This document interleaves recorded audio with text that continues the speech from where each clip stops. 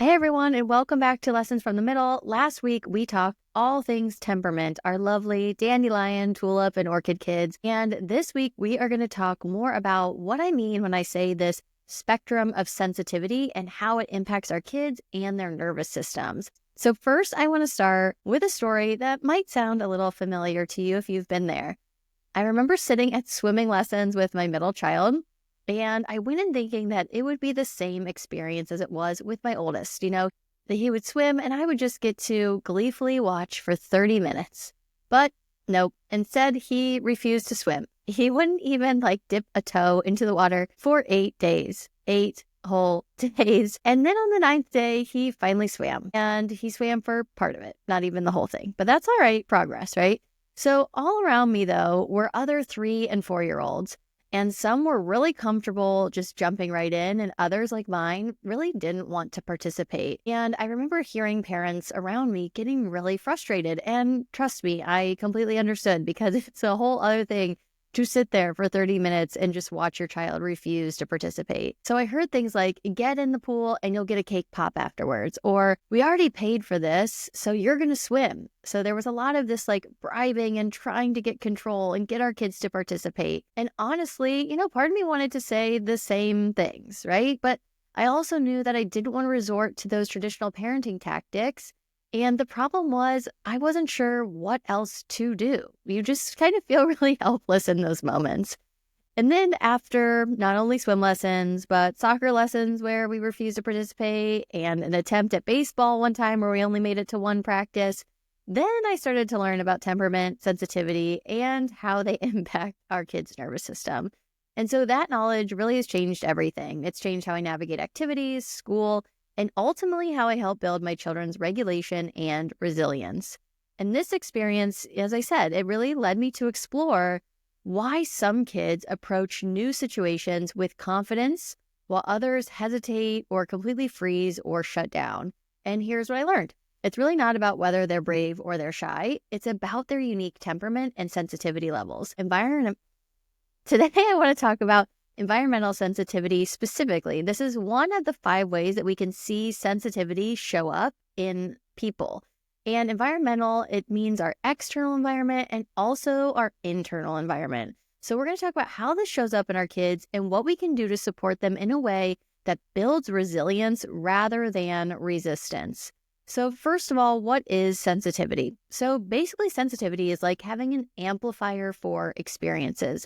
For kids with higher sensitivity, everything feels bigger. The sounds, the emotions, the changes. And so it's important to remember that this isn't a flaw, it's just a trait. And when we talk about environmental sensitivity, these are, we're more sensitive to our external. So whether it's the temperature, a new setting, new people, that's all something that's more heightened, as well as our internal. We can see this with some of our kids who, when they're hungry, they're thirsty, or they're tired, it really throws them off because that internal shift has really started to dysregulate them. And so really this, although we don't see it in the moment as this way, it really can be a superpower. And so when these highly sensitive kids encounter a new or overwhelming situation, their nervous systems are more likely to go into overdrive or dysregulation, because we are constantly, all of us as people, we're constantly scanning our environment, both internal and external, for cues of safety or danger. And so our kids who are more sensitive when it comes to this environmental sensitivity, they, like I said, when they are hungry or they're tired, or maybe it's a new situation where we might just scan for a cue of safety. We're like, yeah, I'm just hungry, I'm okay. These kids, it just kind of throws them off a little bit into a cue of danger and starts to dysregulate them. And so instead of reacting with frustration, like I almost did during swim lessons, soccer lessons, and that attempt at baseball, we can help them learn to regulate by recognizing their triggers and providing a sense of safety and calm. And what I noticed with my own son is I just felt like the answer wasn't to just say, all right, that's it, we're not trying anything anymore. You can't live on in that place of we're just going to avoid new experiences altogether. So instead, we've learned to make small accommodations to support him. And so I want to share what some of these accommodations are that we do that just It might seem like it's a lot, but honestly, they're really easy things that we do just to make it so he can be resilient and successful. And so some of that is, really making him familiar with a new situation. So the next time he tried soccer, we would go to the park early so he could just kind of get used to the surroundings. He has now started skating lessons. And if you've had a kid who has skated, then you know that there's like a lot of equipment and gear and just the ice, right? It's a whole different world. And so we took him to several open skates so he could get comfortable with all of that before his first practice.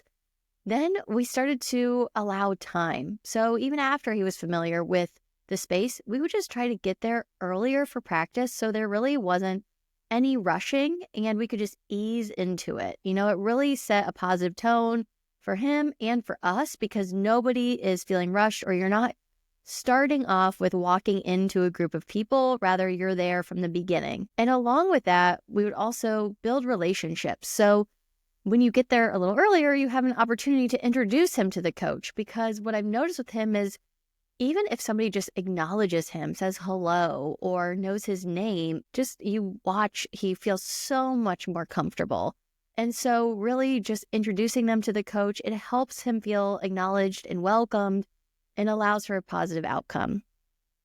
So we also will front load the information, a term we use in schools, or preview the schedule. So I frequently will talk to him like the night before or on the weekend about upcoming activities. So that way he understands what the schedule is going to look like and he can start to prepare for that. We've also found success in pairing him with a friend. So having a familiar face nearby can boost that confidence.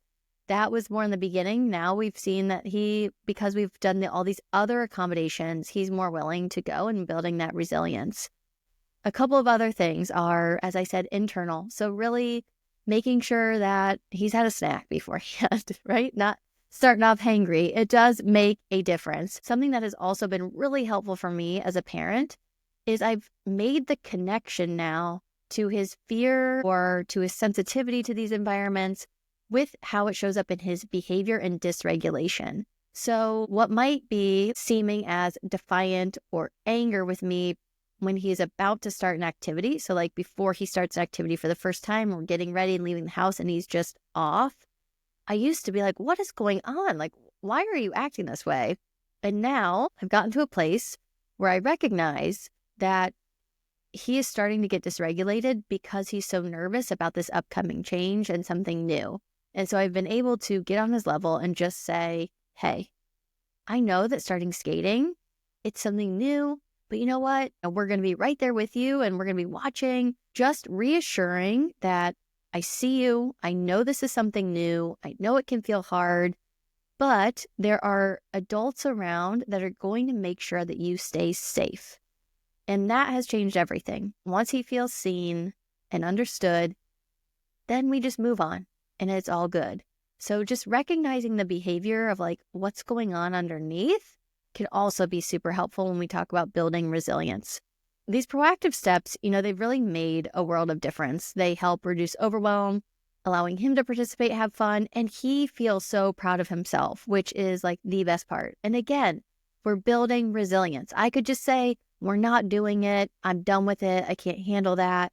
And that's on me, right? Instead, I was like, we need to find ways to accommodate so that way he can prove to himself that I can do it, because that's the way that we build confidence, is showing up, doing the thing, and seeing that we came out okay, right? So understanding sensitivity, it really helps us nurture our kids and ourselves.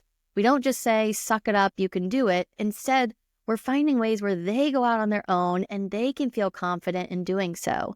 And so it's not about changing who they are, but about creating the conditions for them to thrive. One of my favorite quotes is, changing how we see people changes people. So today I talked about sensitivity to your environment, internal and external. But there are 4 other areas where sensitivity impacts us.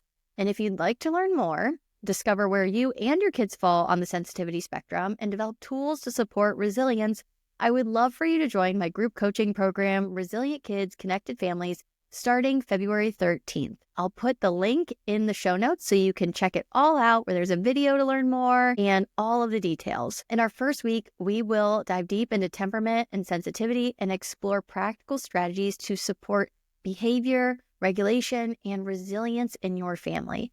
You are doing amazing work and showing up for your kids. Thank you so much for listening today. I encourage you this week just to notice how sensitivity shows up in you or your children, whether it's navigating a practice, drop off at school, or even trying a new food.